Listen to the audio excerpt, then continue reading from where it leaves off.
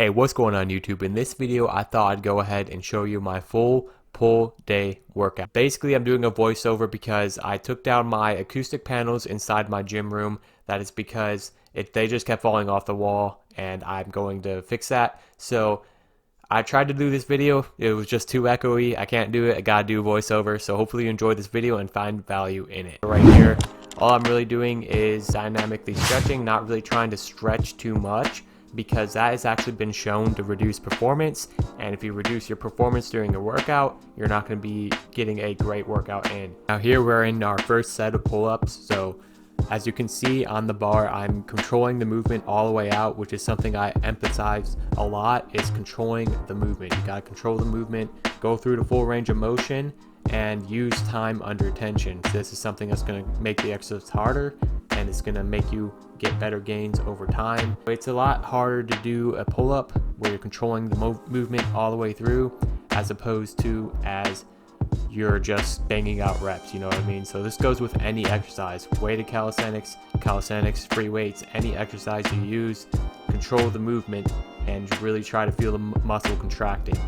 What you really want to focus on is pulling through your elbows and pointing your chest towards the bar. You want to act like you're pulling your chest through the bar almost. So what this is going to do is focus more on the lats and focus more on the back, and you're really going to feel a better contraction when you do this. Now if you pull through your hands and you're pulling kind of like away from the bar, which is what you see with a lot of beginners and stuff sometimes, is you're going to feel it a lot more in your arms, and your arms might actually give out before your back actually does.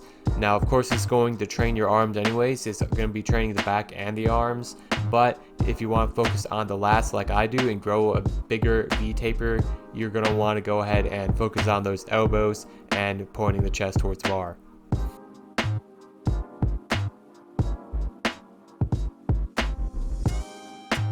So here we are going to be doing an exercise called Australian rows. Now this is really going to build up back thickness. Now here I'm doing elevated Australian rows, which is really just going to make the exercise a little bit harder, and it's going to make me feel a little bit more of intensity with the exercise. The reason why I choose this as opposed to elevated front lever tuck rows is because this is going to take out that stabilization factor and the balance factor. So doing things such as skill work, such as tuck rows, is going to really tax those stabilization muscles and not necessarily tax the muscles we're trying to target.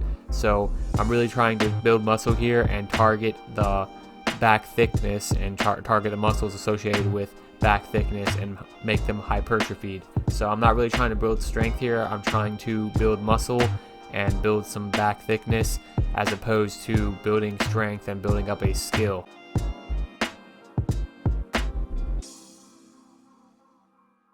Now here it's pretty self-explanatory, just taking those elevated Australian rows and moving them off the elevation to make the exercise easier. So yeah, as you can see in some of these clips, I'm actually struggling and I'm almost hitting failure. So I think, in my opinion, it's super important for a muscle to grow to actually hit failure. So I did actually hit failure with a couple of my sets of pull-ups and chin-ups, and I'm also hitting failure here on some of these sets of tuck rows.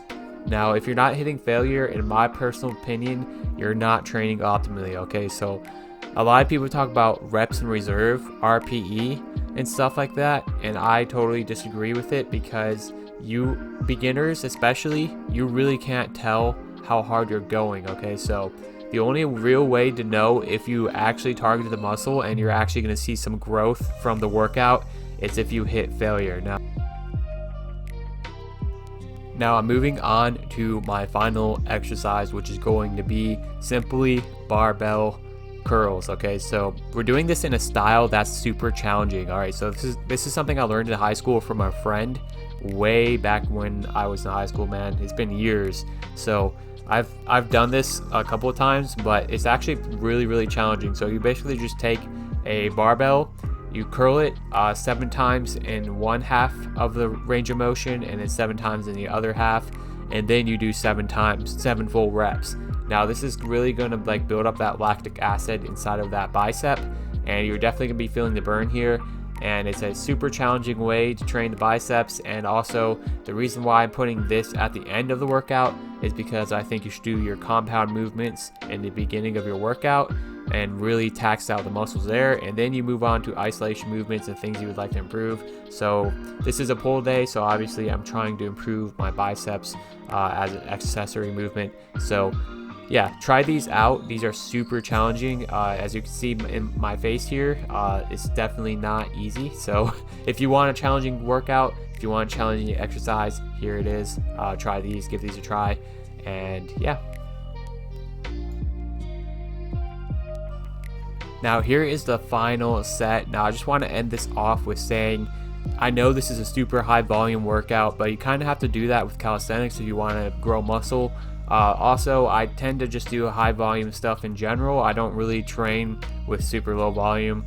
I just prefer doing high volume, and I like being in the gym a lot. So I train like 6 days a week, push-pull legs, and I have 1 day of rest. Sometimes I'll have a couple days of rest depending on how I feel. You definitely need to listen to your body. If you need recovery, definitely take a day off. But yeah, this is basically my pull day. This is one of my pull days. I do want to say sometimes I will add in some weights. So I'll do some weighted pull-ups, weighted chin-ups, and stuff like that. So yeah, this is just a full body weight exercise, like full body weight workout though. I just wanted to show you guys what I do for my pull day. Hopefully you found value in this and found it helpful, and maybe I gave you some useful tips you can use in your workouts.